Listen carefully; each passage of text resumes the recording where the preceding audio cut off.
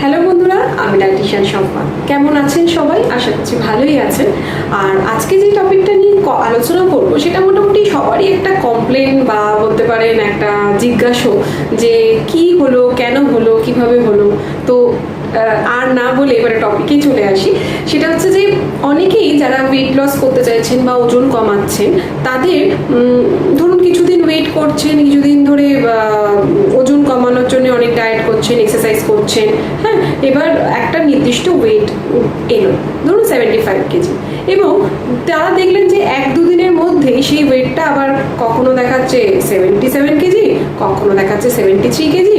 তো খুব কনফিউশন তৈরি হয়েছে যে 1-2 দিনের মধ্যে আমার 1-2 কেজি ওয়েট কমে গেল বা বেড়ে গেল। না, এটা একদমই হয় না।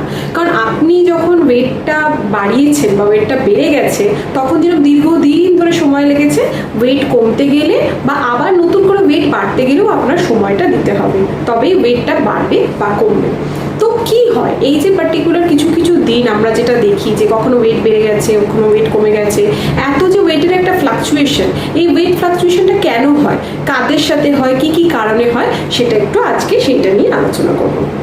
তো প্রথমত যেটা বলবো যে ওয়েট যখন বেড়ে যাচ্ছে, হঠাৎ করে দেখলেন পরের দিন ওয়েট বেড়ে গেছে বা ওয়েট কমে গেছে, তাতে কমে গেলে খুশি হওয়ারও কোনো কারণ নেই, বেড়ে গেলে দুঃখ পাওয়ারও কারণ নেই।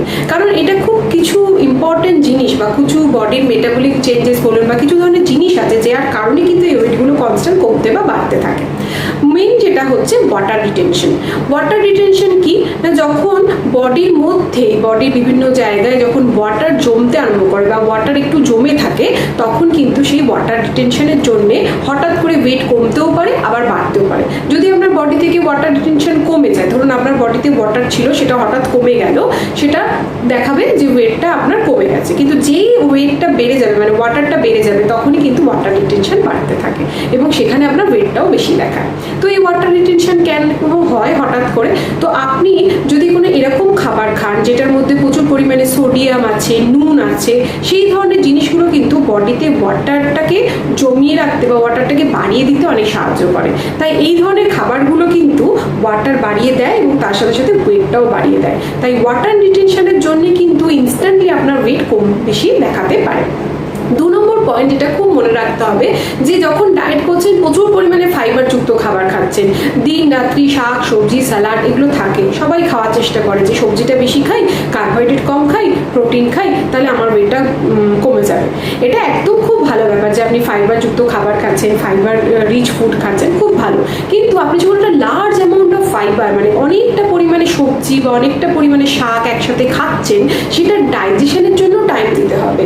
এরকম অনেক সময় হয় যে আপনি কোনোদিন খুব হেভি একটা স্যালাড খেয়েছেন, তার সাথে শাক খেয়েছেন, আবার এক বাটি সবজি খেয়েছেন, এত পরিমাণে ফাইবার বডিতে যাচ্ছে, সেটা ডাইজেশন হতে বা সেটার যে যে জিনিসগুলো করতে, মানে মেটাবলিক রেটটাকে চেঞ্জ করতে বা মেটাবলিজম হতে পুরোটা বডিতে যেটা সময় লাগে, সেই সময়টুকু আমাদের দেওয়া দরকার।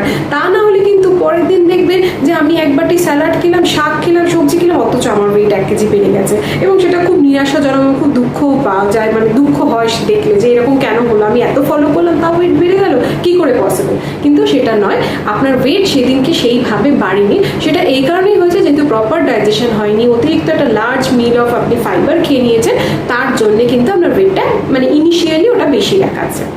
আরেকটা জিনিস যেটা খুব ইম্পর্টেন্ট, সিমিলারলি যখন আপনি কার্বোহাইড্রেট রিচ ফুড, মানে ধরুন প্রচুর একটা বড় কার্বোহাইড্রেট মিল খেয়ে নিন, অনেকটা ভাত খেয়ে নিয়েছেন, অনেকটা রুটি খেয়ে নিয়েছেন বা অন্য কোনো জাতীয় সিরিয়াল প্রোডাক্ট বা কার্বোহাইড্রেট খেয়ে নিয়েছেন, তখনও কিন্তু ওয়েটটা চট করে বেড়ে যায় তারপরের দিন।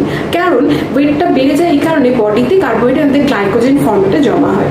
যখন আপনি কার্বোহাইড্রেটযুক্ত খাবার খাচ্ছেন, বেশি পরিমাণে খাচ্ছেন, যতটুকু খাওয়ার দরকার, ব্যালেন্স হচ্ছে না ফুডটা, তখনই কিন্তু কার্বোহাইড্রেটটা গ্লাইকোজেন হচ্ছে এবং সেখান থেকে কিন্তু ওয়েট বাড়া এবং বেশি দেখাচ্ছে পরের দিন।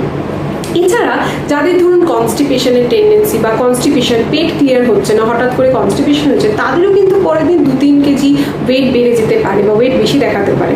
তার মানে এটা নয় যে আপনার ওয়েটটা কিন্তু বেড়ে গেছে একদিনে বা 2 দিনে, ওয়েটটা জাস্ট ইনিশিয়ালি বেড়েছে, পেটটা পরিষ্কার হলে, গাট হেলথ ঠিক হলে আবার কিন্তু ওয়েটটা রিডিউস হয়ে যাওয়া পসিবল।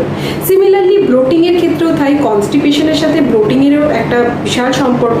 যখনই আপনার কনস্টিপেশন হচ্ছে না, ব্লোটিং হচ্ছে, দেখবেন পেটটা অনেক সময় ফুলে থাকছে, একটা ফোলা ফোলা ভাব, একটা অস্বস্তি, একটা আনইজিনেস। তো এই যে ব্লোটিংটা হচ্ছে, এটাতেও কিন্তু আপনার বডির ওয়েটটা বেড়ে যাচ্ছে ইনস্ট্যান্টলি, মানে 1-2 দিনের মধ্যেই বেড়ে যাচ্ছে। তার মানে এটা নয় যে আপনার ওয়েটটা বেড়ে গেল একদিনে বা দুদিনে, বা কমে গেল 1-2 দিনের মধ্যে।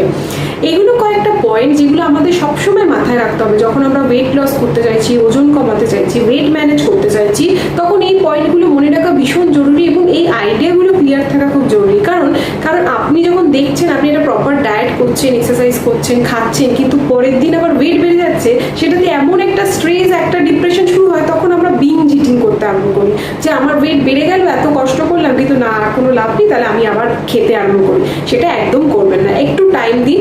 বডির নিজস্ব কিছু মেকানিজম আছে, বডি নিজের মতো করে কাজ করে। আমরা জোর করে বললেও একদিনে যেরকম ওয়েট কমবে না, তেমনি একদিনে ওয়েট বাড়বেও না। সুতরাং বডির যে নিজস্ব মেকানিজম যে একটা প্রপার ওয়েতে কাজ করে, সেটার জন্য সময় দিন। ধৈর্য রাখা, পেশেন্স রাখা খুব জরুরি যখন আপনি কোনো প্রপার একটা উদ্দেশ্য নিয়ে ওয়েট ম্যানেজ করতে চাইছেন, ওয়েট কন্ট্রোল করতে চাইছেন, সেটার দিকে সবসময় খেয়াল রাখবেন। তাই একদিনের ওয়েট বেড়ে গেছে বা কমে গেছে তাতে খুশি হওয়ারও যেমনি কারণ নেই, দুঃখ পাওয়ারও কারণ নেই। আশা করছি এই পয়েন্টগুলো সবার কাছে আমি ক্লিয়ার করে পৌঁছাতে পারলাম, সবাই বুঝতে পারলেন। যদি এই নিয়ে আর কোনো প্রশ্ন থাকে বা আর কোনো কোয়েশ্চেন থাকে, কোনো সমস্যা থাকে, আমার এই ভিডিওর কমেন্ট সেকশনে জানাতে একদম ভুলবেন না।